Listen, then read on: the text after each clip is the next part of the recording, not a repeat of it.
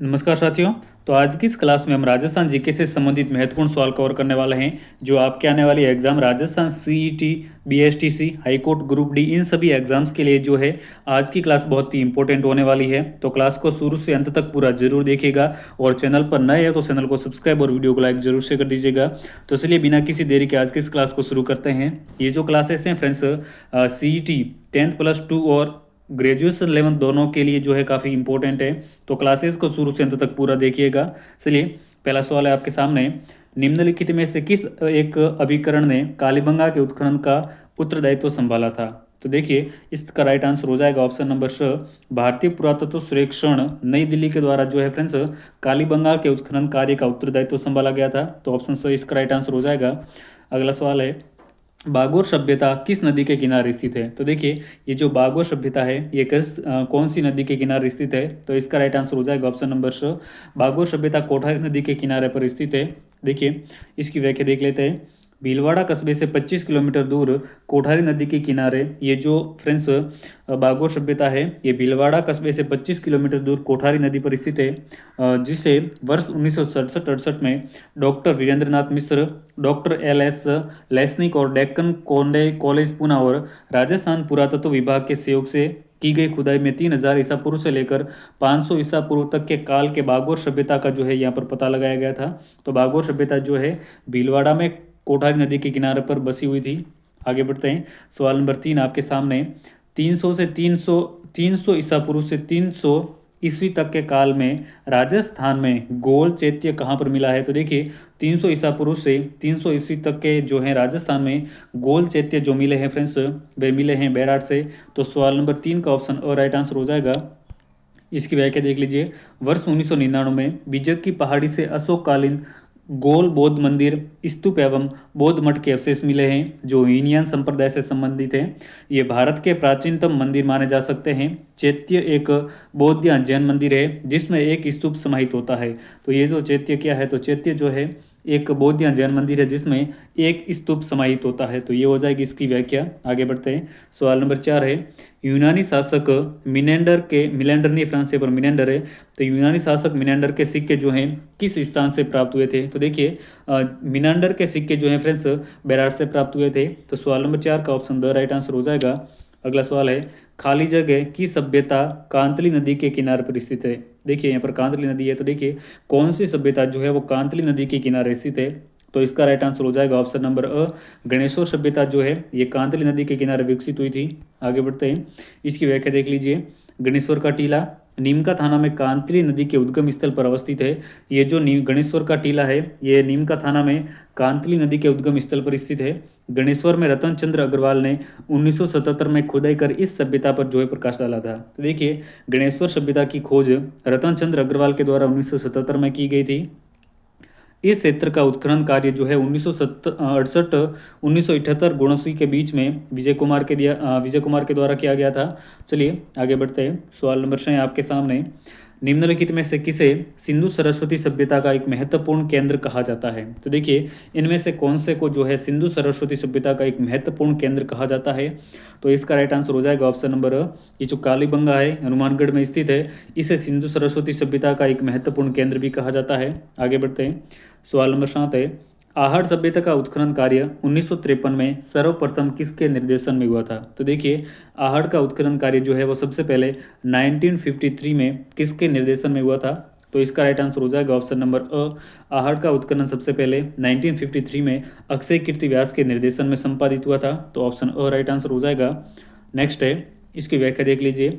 आहड़ स्थल के उत्खनन का कार्य जो है सर्वप्रथम 1953 में अक्षय कीर्ति व्यास के नेतृत्व में हुआ। 1956 में श्री रतनचंद्र अग्रवाल की देखरेख में खनन कार्य हुआ।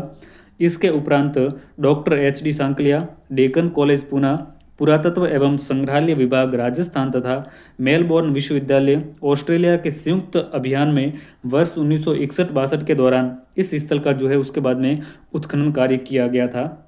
तो ये हो जाएगी इसकी व्याख्या। आगे बढ़ते हैं। सवाल नंबर 8 आपके सामने।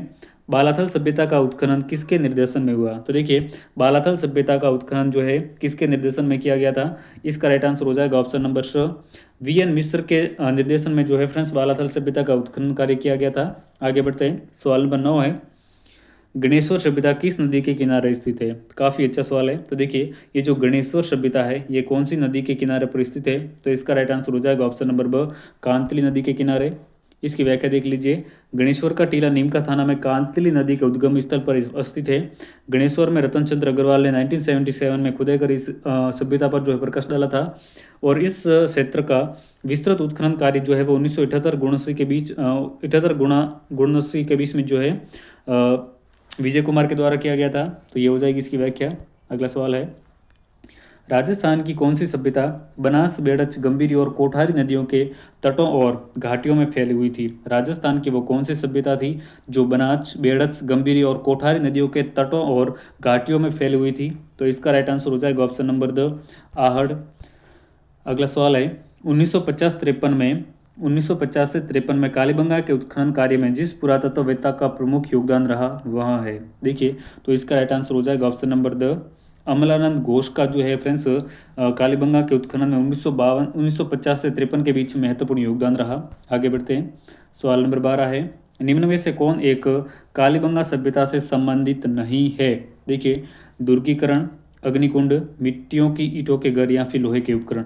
तो इनमें से जो कालीबंगा से संबंधित नहीं है वो हो जाएगा ऑप्शन द, लोहे के उपकरण जो है फ्रेंड्स कालीबंगा से नहीं मिले हैं। बाकी दुर्गीकरण के अवशेष मिले हैं, अग्निकुंड के भी मिले हैं, ईंटों के भी मिले हैं। ठीक है, तो ऑप्शन हमारा द राइट आंसर हो जाएगा। आगे बढ़ते हैं। इसकी व्याख्या देख लीजिए। कालीबंगा से लोहे के उपकरण नहीं मिले हैं। कालीबंगा काशी युगीन सभ्यता थी। कालीबंगा कैसी थी? तो कालीबंगा जो है वो एक काशी युगीन सभ्यता थी।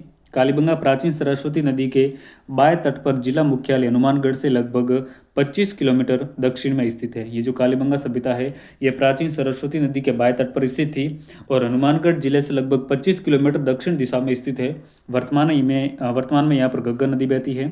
कालीबंगा में पूर्व हड़प्पाकालीन तथा उत्तर हड़प्पाकालीन सभ्यता के भी अवशेष जो हैं प्राप्त हुए हैं।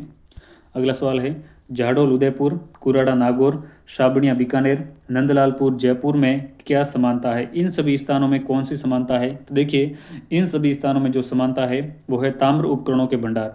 इन सभी स्थानों से फ्रेंड्स ताम्र उपकरणों के भंडार मिले हैं। आगे बढ़ते हैं। सवाल नंबर नेक्स्ट है, राजस्थान में पुरातत्व एवं संग्रहालय विभाग का गठन कब हुआ था? तो देखिए राजस्थान में पुरातत्व और संग्रहालय विभाग का जो गठन हुआ था वो हुआ था 1950 में, 1950 में। तो सवाल नंबर 14 का ऑप्शन द राइट आंसर हो जाएगा। अगला सवाल है, निम्नलिखित में से किस सभ्यता को धूलकोट कहा जाता है? तो ये तो आप सभी को पता ही होगा। तो फ्रेंड्स देखिए ये जो आहड़ है इसे धूलकोट के नाम से भी जाना जाता है। तो ऑप्शन द इसका राइट आंसर हो जाएगा। अगला सवाल है, गणेश्वर खाली जगह संस्कृति महत्वपूर्ण स्थल है। ये जो गणेश्वर है ये कौन सी संस्कृति का महत्वपूर्ण स्थल है? तो देखिए इसका राइट आंसर हो जाएगा ऑप्शन नंबर द, गणेश्वर सभ्यता जो है ये ताम्रयुगीन संस्कृति का महत्वपूर्ण स्थल है। आगे बढ़ते हैं। सवाल नंबर नेक्स्ट है, प्रागैतिहासिक काल की बागोर सभ्यता के अवशेष कोठारी नदी के तट पर किस स्थान से प्राप्त हुए हैं? तो ऑप्शन है ओजियाना, रंगमहल, महासत्या या फिर नलियासर। तो देखिए प्रागैतिहासिक काल की जो बागोर सभ्यता के अवशेष हैं ये कोठारी नदी के तट पर महासत्यों के टीले से प्राप्त हुए हैं। तो सवाल नंबर 17 का ऑप्शन स राइट आंसर हो जाएगा। चलिए आगे बढ़ते हैं। सवाल नंबर 18 है, गणेश्वर के टीले मुख्य रूप से संबंधित हैं। ऑप्शन से मध्यपाषाण संस्कृति से, पूर्वपाषाण संस्कृति से, ताम्र संस्कृति से या फिर नवपाषाण संस्कृति से। तो देखिए गणेश्वर के जो टीले हैं ये मुख्य रूप से संबंधित है ताम्र संस्कृति से। तो इसका राइट आंसर हो जाएगा ऑप्शन स। अगला सवाल है, अनाज रखने के बड़े मर्दभांड गोरे व कोठे राजस्थान के किस प्राचीन स्थल से प्राप्त होते हैं? तो देखिए ये जो अनाज रखने के बड़े मर्दभांड जिन्हें गोरे कहा जाता है और इन्हें कोठे भी कहा जाता है, तो ये जो मिले हैं ये राजस्थान की कौन सी सभ्यता स्थल से मिले हैं? इसका राइट आंसर हो जाएगा ऑप्शन नंबर स, आहड़। आगे बढ़ते हैं। सवाल नंबर 20 है, किस पुरातात्विक स्थल को धरतुल घाट के नाम से जाना जाता है? ध्यान से देखिएगा, धरतुल घाट के नाम से जो है वो कौन से पुरातात्विक स्थल को जाना जाता है? तो इसका राइट आंसर हो जाएगा ऑप्शन नंबर ब, जोधपुर को जो है फ्रेंड्स धरतुल घाट के नाम से जाना जाता है। नेक्स्ट है, इसकी व्याख्या देख लीजिए। जयपुर जिले में साबी नदी के तट पर जोधपुरा गांव में 1972-75 में उत्खनन में जोधपुरा सभ्यता के अवशेष प्राप्त हुए। यह सभ्यता 2500 ईसा पूर्व से 200 ईस्वी के मध्य फली फूली। तो देखिए ये जो जोधपुरा सभ्यता फ्रेंड्स, ये आपको कंफ्यूज नहीं होना, ये जोधपुरा सभ्यता जो है फ्रेंड्स जोधपुर में नहीं बल्कि ये कहाँ पर है तो फ्रेंड्स ये जयपुर में साबी नदी के तट पर है, ठीक है। और इसका जो है उत्खनन 1972-75 में जोधपुर यहाँ से अवशेष मिले थे साबी नदी के तट से। तो ये हो जाएगी अपनी आज की क्लास। तो फ्रेंड्स आज की इस क्लास में हमने राजस्थान के जीके से संबंधित 20 महत्वपूर्ण सवाल कवर किए हैं, जो आपके Rajasthan high court, group D, BSTC, CTET, CET और इन सभी एग्जाम्स के लिए जो है काफ़ी इंपॉर्टेंट है। चलिए मिलते हैं अगले एक और नए वीडियो में, तब तक के लिए नमस्कार।